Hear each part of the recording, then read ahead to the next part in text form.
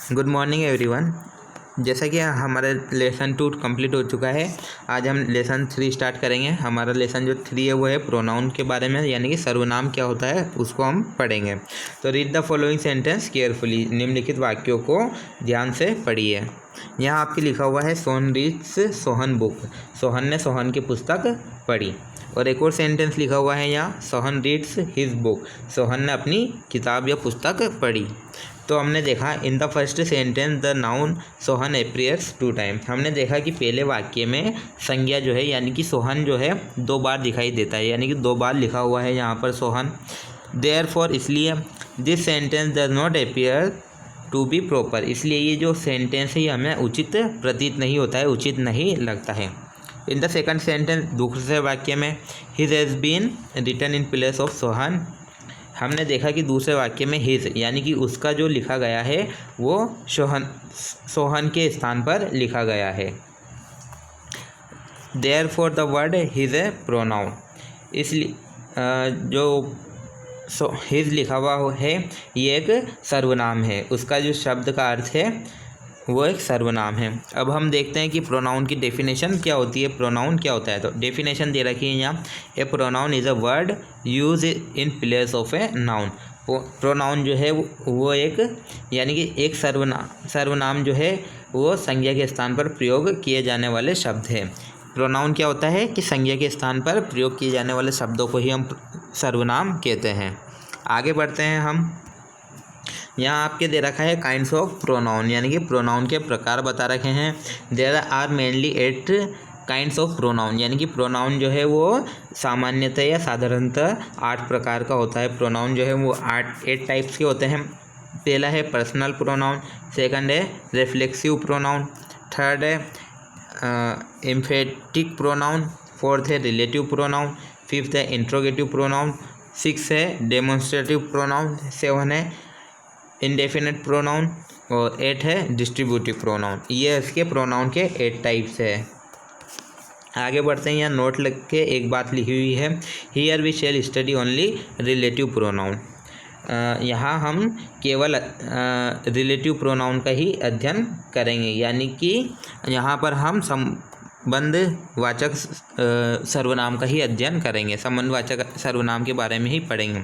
Therefore only these have been described in detail here, इसलिए यहाँ केवल इसका ही विस्तार से वर्णन किया गया है।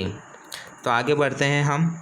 आपके नेक्स्ट टॉपिक है रिलेटिव क्लॉज, यानी कि संबंधवाचक वाक्य के बारे में हम अब देखेंगे इसमें कि रिलेटिव क्लॉज क्या होता है, रिलेटिव क्लॉज क्या है। ये जो आपके टॉपिक है संबंधवाचक उपवाक्य से रिलेटेड है, ये क्लॉज यानी कि उपवाक्य होता है।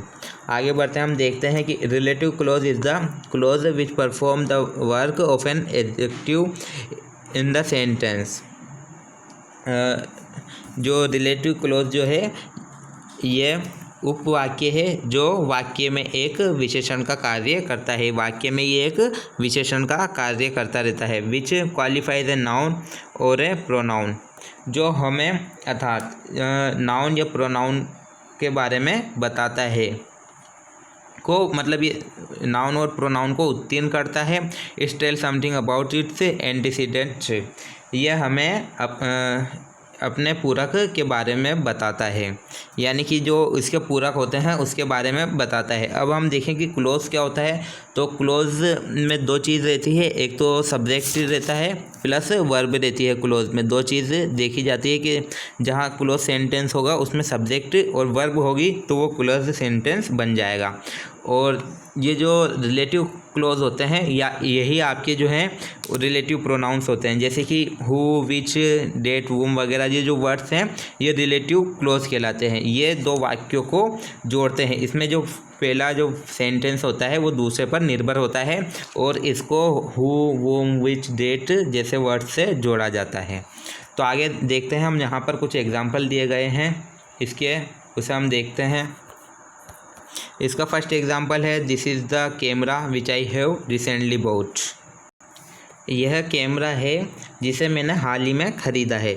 तो हमने इसे देखा कि यह कैमरा है इसको विच से जोड़ा गया है, जिसे मैंने हाल ही में ख़रीदा है। यानी कि इसमें जो फर्स्ट 2 वाक्य होते हैं जिसको विच, वूम, वूज, डेट जैसे वर्ड से जोड़ा जाता है, और ये जो फर्स्ट सेंटेंस होता है वो सेकंड पे डिपेंडेंट होता है। इन वर्ड्स के द्वारा इनको जोड़ा जाता है। यही आपके रिलेटिव प्रोनाउंस भी कहलाते हैं।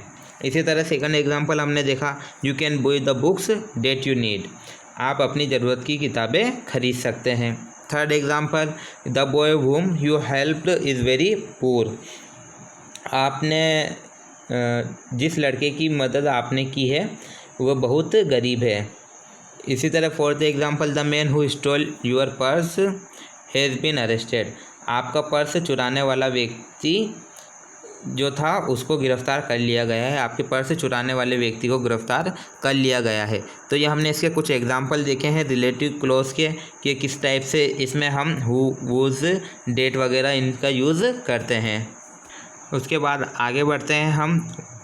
Words which are use to join relative clause are called relative pronouns. यानी कि जो शब्द संबंधवाचक उपवाक्य में शामिल होने के लिए उपयोग किए जाते हैं उन्हें ही रिलेटिव प्रोनाउन यानी कि संबंधवाचक सर्वनाम कहा जाता है। Relative clause are of 2 types. Relative clause जो है संबंधवाचक उपवाक्य जो हैं ये 2 प्रकार के होते हैं। पहला है डिफाइनिंग क्लोज और दूसरा है नॉन डिफाइनिंग क्लोज। इसके बारे में हम नेक्स्ट क्लास में विस्तार से देखेंगे कि डिफाइनिंग क्लोज और नॉन डिफाइनिंग क्लोज क्या होता है।